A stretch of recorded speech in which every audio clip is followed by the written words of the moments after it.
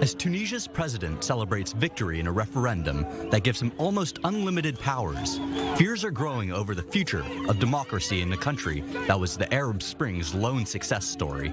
Starting in 2010, people in Tunisia, Egypt, Syria, Yemen, and Libya rose up against the perceived corruption of autocratic rulers. But 12 years later, the hopes awakened by the protests are all but gone.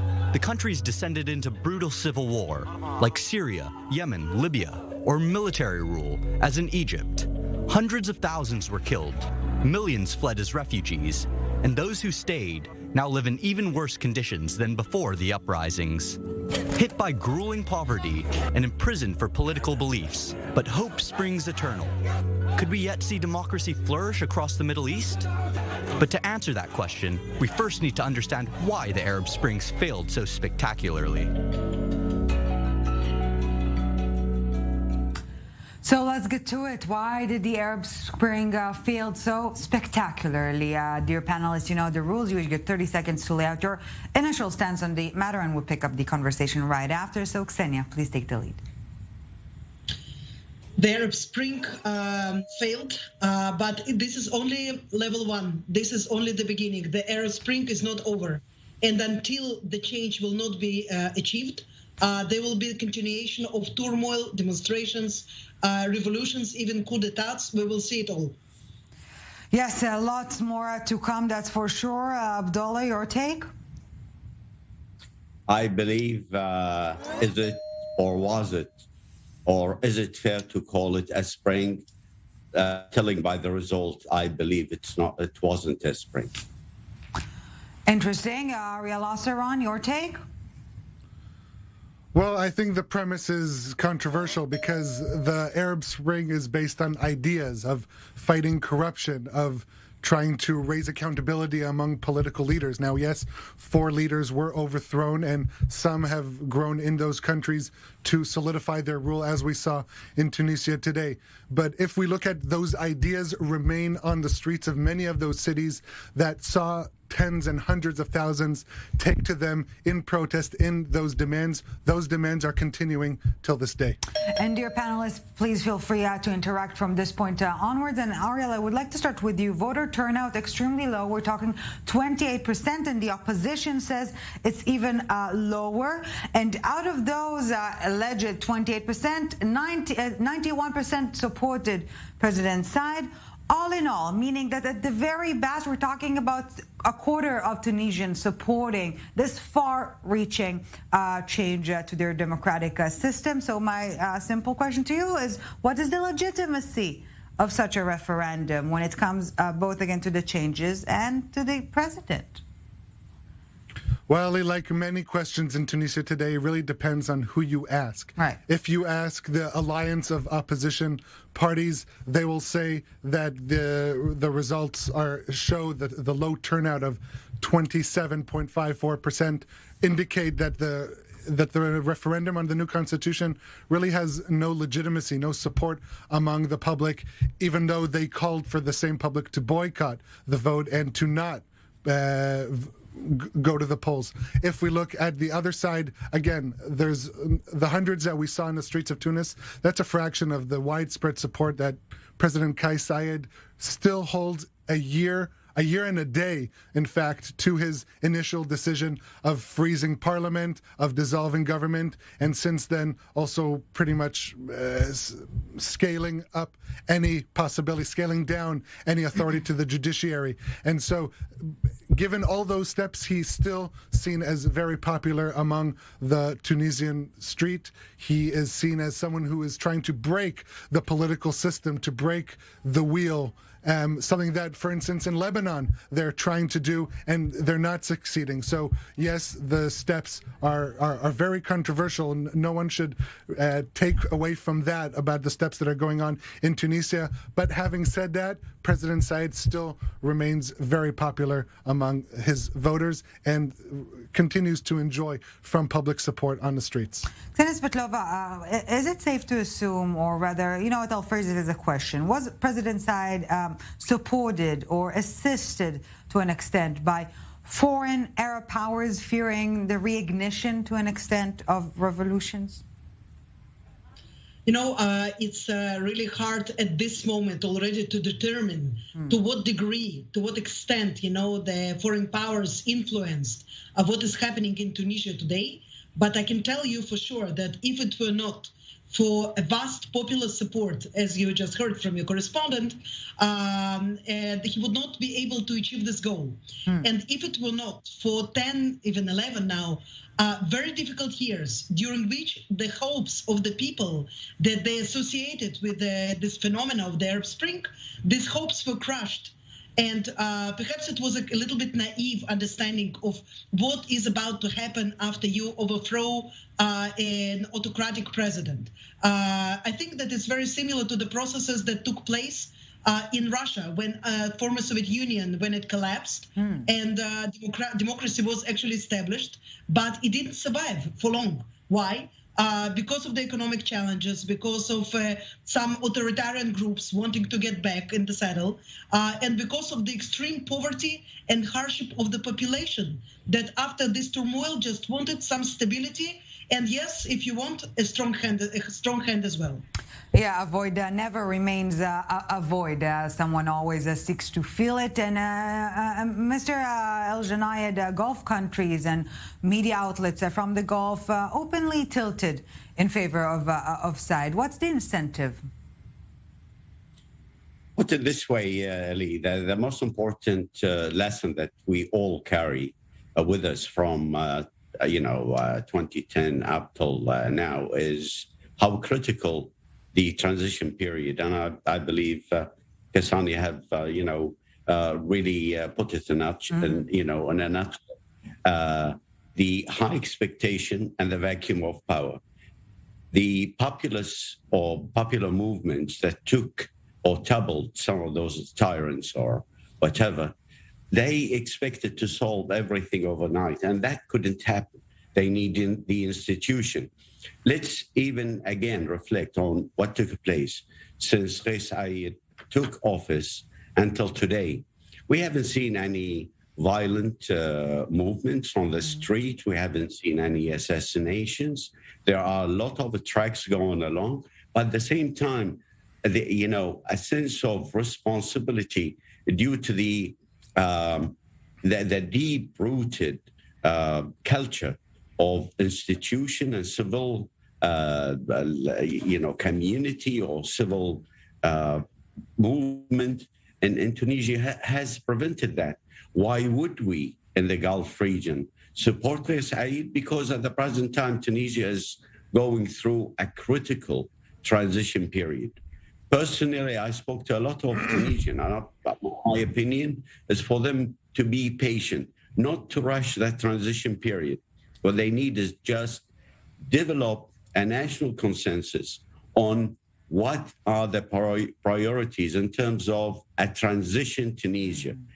Can we take it there? I believe they could be on the right footing, provided they start listening to each other. So patience is key here. It's somewhat difficult to sustain, when you have this ecstasy in the immediate aftermath of revolutions. But all in all, Abdulla, Ksenia, if we're looking at the citizens of those countries that undergoing or that underwent revolutions, are they better off now or before, Ksenia? It again, depends who you ask, right. And what exactly do you ask? If you're asking about economic situation, then, I'm afraid that a lot of people will tell you that their situation deteriorated. Maybe it didn't happen only because of the turmoil of the Arab Spring. Maybe it was also due to COVID. Maybe it was also due to now disrupted chains of supply because of the war in Ukraine. Many reasons, but many people will tell you yes, because usually the human beings, there is this character that we all share. We usually think of the past in a little bit nostalgic way, so it doesn't seem so horrible as it used to do. But I have to tell you, building from personal experience, and I covered the Arab Spring, both in Cairo in January of 2011, and also in Tunisia later in 2013, after the killings of Shukri Bil Eid and another opposition politician. When there was a standoff between Al-Nahda and some secular powers, between the Islamists and the secularists, I truly saw tremendous change in people of Tunisia who wanted to be free, who wanted to speak out their mind. I saw the women, that were not afraid to talk to the reporters, where they were just grabbing the microphone very confidently, telling what they want to say. And this was basically from both sides. So I'm sure that despite the disappointment, perhaps also this realization came that, yes, you have to build institutions. It takes time. You need education for democracy. It takes time. You need economical stability to do all of this. And sometimes it doesn't depend on you exactly. So the thing is right now, what will be happening next? The referendum it happened. So Kais's side is getting more powers than any Tunisian president during the last 11 years. How the opposition will react? How will they handle the situation? Will they be dispersed? How he will behave in regards to these political powers? So many questions are unanswered. So I think that it's right now a lot of question marks rather than answers in regards to what is about to happen next in Tunisia. Yes, time and time again. Now we learned that democracy cannot be forced. Abdullah, if you're looking at the situation again of citizens in those respective countries, would you say they're better off before or after the Arab Spring? The unfortunate fact, let's go over the map. I believe Tunisia still could transition, provide all the political, civil, communities sit, and I hope they will give Bay Said at least a chance. If he failed, I believe they should go to national election and elect a new president. Sudan, back 2010, the whole world was celebrating the new birth of South Sudan. Right. Since that birth of that nation, where is South Sudan? Is anybody paying attention to that model? That model actually was the launching pad for the Arab Spring. That change could be achieved, but at what cost? We've seen what Egypt, could you imagine 105 million Egyptian suddenly, and this was the real scenario.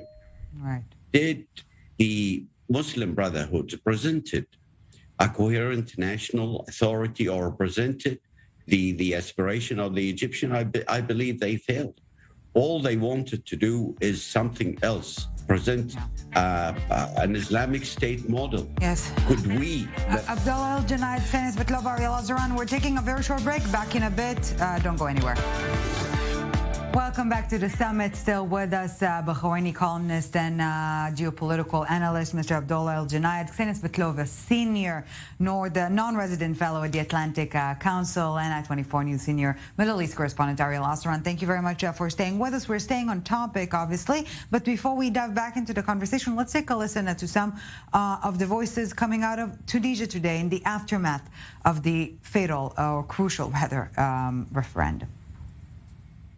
I faced a lot of difficulties, and for me, until this moment, I didn't have any legal papers that would allow me to work in my field in a legal way, and this is really one of the reasons that made me think about immigrating. Truly, I'm not going to vote because we have voted a lot of times without the result we were expecting. The reality will remain unchanged, and I do not imagine that there will be a change in the future. Show me one person who reads the Constitution or understands the Constitution that they are conducting a referendum on. There is nothing but poverty at present. There is no sugar, no milk. There are those who collect plastic bottles, others eat from the garbage. Where is the sovereignty? Where is the republic? Where is the state? For me, when I work on this fruit cart, it allows me to move along. Now I see why youth who have doctorate degrees or are engineers think about illegal immigration. They say, when I make money, it's better to go overseas. Yeah, those frustrated voices in the local market, the same ones that perhaps ignited the Arab Spring to begin with. And let's kickstart this part of the debate with another second round each. Could we still see democracy flourish in the Middle East? Mr. Aljenaid, your take, please. I believe people need security, sustainment of let's say, good life and social justice more than anything else. I believe in evolution and not revolutions. Ksenia Svetlova, your take? Democracy, it's like a fragile flower. You have to nourish it. You have to water it. You have to take care of it, protect it. And if you're working about it long enough, then in the end, you maybe will have democracy. And then again, you will have to protect it from the cold winds that can endanger it at any time. And as someone who is a very talented at killing her plants, don't put too much water into it either. Last but not least, Ariel Oseran, your take? Well, it depends on who wants it and what are the conditions to sustain it. I think if we look at Gulf countries, they're not really interested in a democracy. They are pretty content with their current systems. If we look at other countries in the region, such as Lebanon, Iraq, Egypt, Tunisia, there is a constant struggle between the existing system and the system that many people want to bring upon. And there's other countries like Syria, Yemen, Libya, where the constant infighting makes it virtually impossible at the moment, if that's what the people want. Yeah, well, please feel free to engage in conversation from this point onwards. Ksenia, you mentioned earlier the war in Ukraine, or more accurately, the wheat crisis. Can it trigger a fresh round of anti-government protest or sentiment as the economic situation is only expected to deteriorate? Well, absolutely. Potentially any significant crisis. And one could happen also during the COVID pandemic. We remember, the fears when the crisis erupted, that the disrupted chain supplies, the growing prices for wheat and for other food staples that can bring to destabilization of the countries that are in dire economic situation today. And then consequently, it can lead to bread riots and to more political instability. So today, I think that the world, and specifically the UN, is desperately looking for to the solution to this crisis. There was the agreement that was signed between Russia and Turkey and UN. We still don't know if it will hold water. It was already interrupted 2 days ago, but potentially you're looking at basically at all of Africa and the significant part of the Middle East as a danger zone. Absolutely, So I know that in Egypt it's a particularly hard issue, but also in Iraq, Lebanon, Morocco, you name it. And Abdulla Aljenaid, if we're looking at Western reaction to what we're seeing in Tunisia, I would say lack thereof when it comes to reaction. Western powers are keeping quite silent to an extent. But that leads me to the question, despite insisting that the United States is still committed to value-based foreign policy, the recent trip of U.S. President Joe Biden to Jeddah, the meeting, of course, with Saudi Arabia's Crown Prince Mohammed bin Salman, suggests perhaps otherwise when it comes to protection of human rights. And my question to you, what impact of the, I would say, downgrading of importance when it comes to United States, relations to human rights and its foreign policy, what effect does it have on the Middle East? I believe Karen House have wrote or published a very interesting article a few days ago. And she was asked through a Zoom meeting, is at the present time Saudi Arabia human rights and civil rights, are they governed? Are the Saudi content with what they have? And she said, I wish, instead of judging from afar, why the people don't go to Saudi Arabia. And she has been covering Saudi Arabia in particular for quite some time. She's seen the impact of social reform. Again, if we're going to go and talk about, the Arab Spring, in 2014, when I was asked about the same question, I said we should be grateful for the Arab Spring because it has motivated a lot of countries like Saudi Arabia and other countries to launch a true social reform, true financial reform, a social justice programs, and stability, security, and even what we need now at the present time is the human rights. I can assure you, from my personal experience with the Saudis, I don't believe there is any infringement on, civil rights or human rights as it used to be some time ago. The Saudis are free to express themselves, and don't take my word for it. Just go to YouTube, go to TikTok. Right. You will be astonished at the level of the Saudis expressing their style of life, their way of life, and everything under the sun.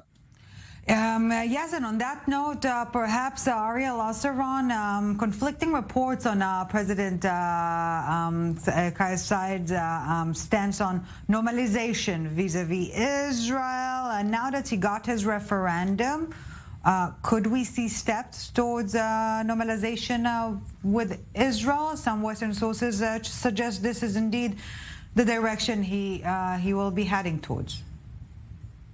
Look, Ellie, we talked about in the past the normalization process as a train that countries choose to board it. Some make it to the final destination and some don't do it. Whether President Kais Saied intends to board that train in the near future, that remains to be seen. But given his current interests and engagement in the region, nothing would be surprising in that field.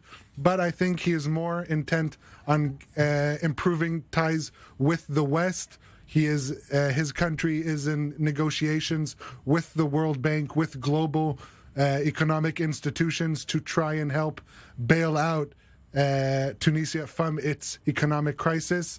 If we talk about anything revolving Israel, that would be a side note to that doesn't seem to be the main issues on his agenda or his main intent. There's also not a growing call for that from the streets. As far as under the table engagement with Tunisia, that isn't one of the countries that is known to have had such robust engagement with Israel. But again, this all-elusive normalization train picks up anybody these days.